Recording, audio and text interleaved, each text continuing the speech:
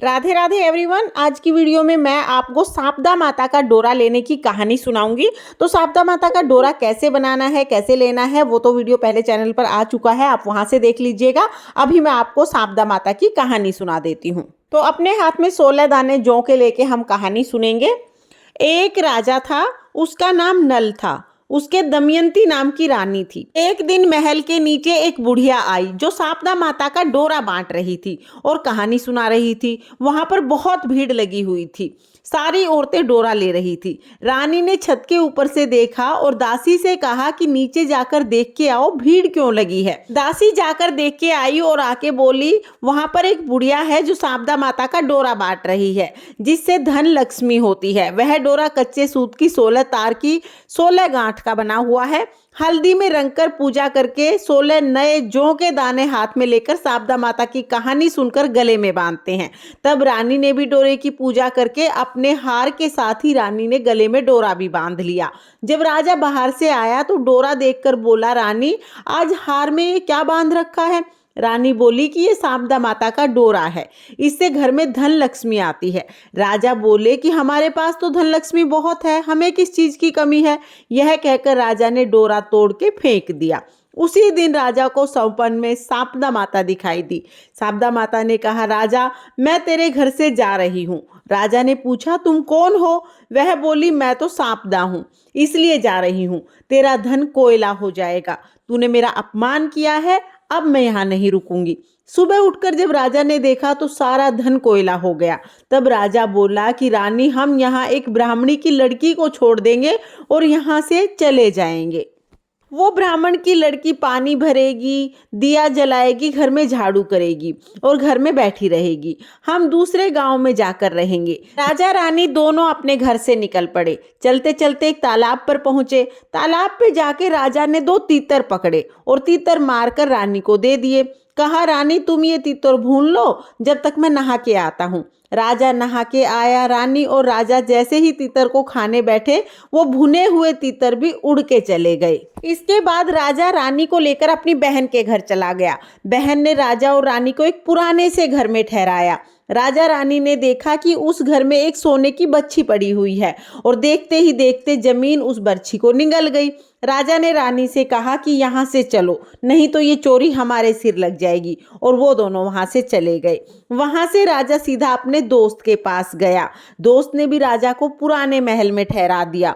वहां पर एक 1.25 करोड़ का हार खूंटी पर टंगा हुआ था। उस खूंटी के ऊपर एक मोर बना हुआ था। राजा रानी ने देखा कि देखते ही देखते वो मोर हार को निगल गया। राजा बोला, रानी यहाँ से भी चलो, नहीं तो ये चोरी भी हमारे सिर लग जाएगी। रानी बोली, किसी के घर जाने की बजाय जंगल में चलेंगे, लकड़ी काट कर हम अपना पेट पाल लेंगे। वह एक सूखे बगीचे में चले गए। बहुत ज्यादा थक गए थे तो वो दोनों एक पेड़ के नीचे सो गए और जैसे ही वो उस बगीचे में पहुंचे, वो सूखा हुआ बगीचा हरा भरा हो गया। ये देखकर माली बहुत खुश हुआ और माली ने देखा कि 2 अजनबी लोग पेड़ के नीचे सो रहे हैं। उन्हें जगाकर बाग के मालिक ने पूछा कि तुम कौन हो, जिनके आने के कारण 12 वर्ष से सूखा पड़ा मेरा बगीचा हरा हो गया है। राजा रानी ने कहा कि हम मुसाफिर हैं और काम की खोज में आए हैं। तब उस बाग के मालिक ने दोनों को काम के लिए अपने बगीचे में ही रख लिया। मालिन रानी से बोली कि तू सिर्फ फूल तोड़ के बाजार बेच के आ जाया कर। एक दिन बाग की मालकिन कथा सुन रही थी और डोरा ले रही थी।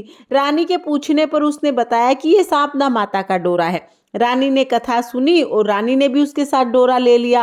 राजा ने अपनी पत्नी से पूछा कि ये कौन सा डोरा है। तो रानी बोली कि ये वही डोरा है जो आपने एक बार तोड़कर फेंक दिया था, उसी कारण सापदा माता हमसे नाराज हो गई थी। रानी बोली, यदि सापदा माँ सच्ची हैं तो फिर हमारे पहले जैसे दिन लौट आएंगे। उसी रात राजा को पहले की तरह सौपन आया। एक स्त्री कह रही थी मैं जा रही हूँ, दूसरी स्त्री कह रही थी मैं आ रही हूँ।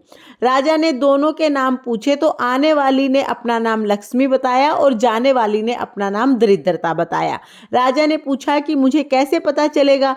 तब सापदा माता बोली कि जब सुबह कुएं के जल भरने जाओगे तो पहली बार में जौ निकलेंगे, दूसरी बार में हल्दी की गांठ निकलेगी, तीसरी बार में कच्चा सूत निकलेगा। सुबह जब राजा कुएं पर गया तो वही तीनों चीजें निकली। राजा ने तीनों चीजें लाके रानी को दे दी। रानी ने उसका सापदा माता का डोरा बनाया और अपने गले में पहन लिया। राजा ने रानी से कहा कि हमारे 12 वर्ष पूरे हो गए हैं, अब मुझे लगता है हमारे अच्छे दिन आ गए हैं, इसलिए हमें अपने घर जाना चाहिए। तब दोनों ने मालिक से कहा कि हम अपने घर जाना चाहते हैं। मालिक ने बहुत सारा धन देकर उन दोनों को विदा कर दिया। घर वापस आते टाइम राजा रानी अपने उसी दोस्त के पास गए। दोस्त ने राजा को नए महल में ठहराया। तब राजा बोले कि नहीं, मुझे उसी महल में ठहराओ जिसमें पहले ठहराया था। राजा और रानी उसी महल में गए और देखा कि धीरे धीरे जो खूंटी थी उसके ऊपर जो मोर बना हुआ था उसने हार उगल दिया है। राजा ने कहा, रानी ये कलंक हमारा उतर गया है। वो दोनों वहां से सीधा अपनी बहन के घर गए। जब राजा की बहन के घर पहुंचे तो राजा की बहन ने अपने भाई को नए महल में ठहराया।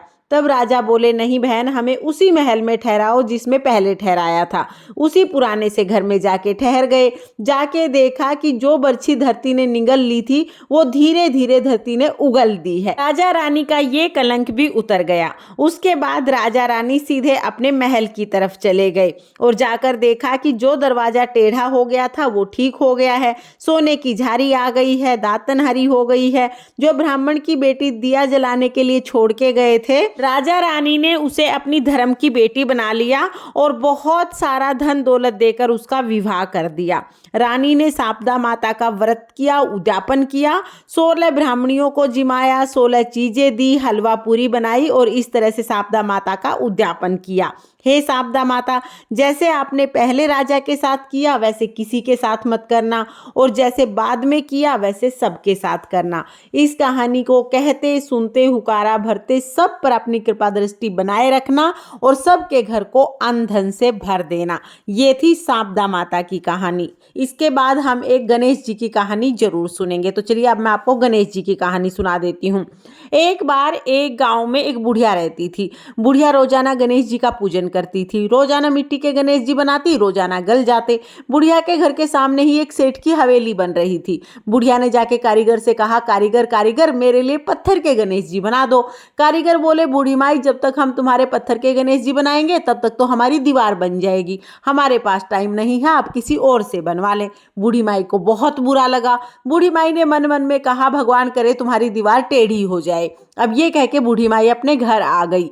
जैसे ही अब कारीगर दीवार बनाता, दीवार टेढ़ी हो जाए, दीवार को गिरा के दोबारा बनाए, दोबारा भी टेढ़ी हो जाए। ऐसे ही सारा दिन दीवार बनाने और गिराने में ही चला गया। शाम को सेठ जी आए। सेठ जी ने कहा, आज कुछ भी काम नहीं हुआ है। कारीगर बोले, सेठ जी काम तो बहुत कर रहे हैं, लेकिन जब भी दीवार बनाते हैं दीवार टेढ़ी हो जाती है। फिर कारीगर ने बुढ़िया के आने की सारी बात सेठ जी को बताई। सेठ जी ने कहा, मुझे बूढ़ी माई के पास लेके चलो। कारीगर सेठ जी को बूढ़ी माई के पास ले गए। सेठ जी ने हाथ जोड़कर कहा, हे बूढ़ी माई, हम आपके पत्थर के नहीं सोने के गणेश जी बनवा देंगे, आप हमारी दीवार सीधी करा दो। गणेश जी तो सारी बात सुन ही रहे थे। जैसे ही सेठ जी ने ये कहा, तुरंत दीवार सीधी हो गई और सेठ जी ने भी बूढ़ी माई के लिए सोने के गणेश जी बनवा के दिए। हे गणेश जी महाराज, जैसे आपने सेठ जी की दीवार सीधी की वैसे ही सबके सब काम सीधे करना, और जैसे बुढ़िया की मनोकामना पूरी की वैसे ही सबकी सब मनोकामनाएं पूर्ण करना। ये थी गणेश जी की कथा। इस तरह से सापदा माता की डोरे की जो कथा है वो पूर्ण होती है।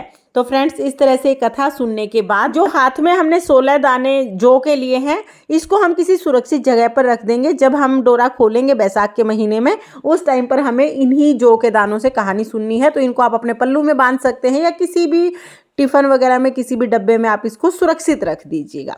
तो इसे आप कहीं पे भी रख सकते हैं। इसके बाद आप ये जो डोरा है अपने गले में पहन लीजिएगा। अगर आप नहीं पहन पाते रोजाना तो आप इसको अपने घर के मंदिर में या किसी भी जगह पर, सुरक्षित जगह पर रख सकते हैं। और जो जल का लोटा है ये आप सूर्य देवता को अर्घ दे देंगे। तो ये थी सापदा माता की कहानी। आपको ये कैसी लगी कमेंट करके जरूर बताना। अगर ये वीडियो आपको पसंद आया हो, वीडियो आपके लिए थोड़ा बहुत भी यूजफुल हो, तो प्लीज वीडियो को लाइक कर देना और चैनल को सब्सक्राइब कर लेना। फिर मिलते हैं किसी और वीडियो में, तब तक के लिए जय श्री कृष्णा, जय सापदा माता।